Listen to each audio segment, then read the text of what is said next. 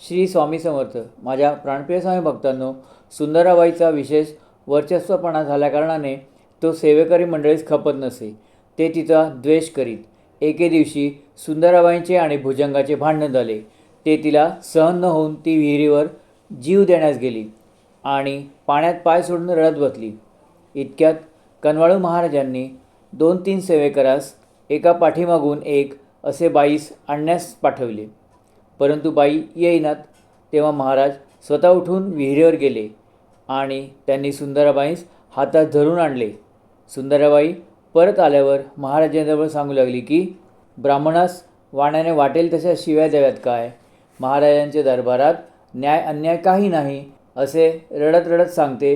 इतक्यात श्री समर्थ हसत म्हणाले, अगं, भिंतीला खुंट्या कोनाडे काय थोडे असतात?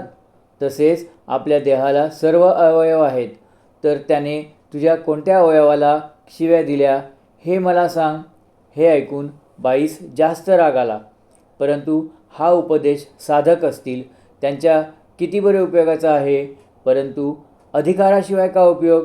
पाऊस सर्वत्र ठिकाणी पडतो, पण सखल भूमीच्या ठिकाणी पाणी साठते. ते पाणी डोंगरावर राहत नाही.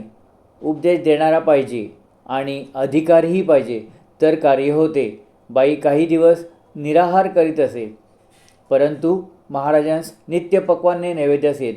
तेणेकरून बाईच्या तोंडास पाणी सुटून त्या जिन्सांचा तिने रात्री उपयोग करावा. त्याबद्दल बाईवर एकाने निराहार करते चोरून खाते अशी कविता केली होती.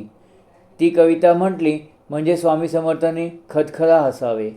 इतके असून बाई सर्वांस पुरून उरली होती. अशी दांभिक भक्ती करून देव वश होतो काय?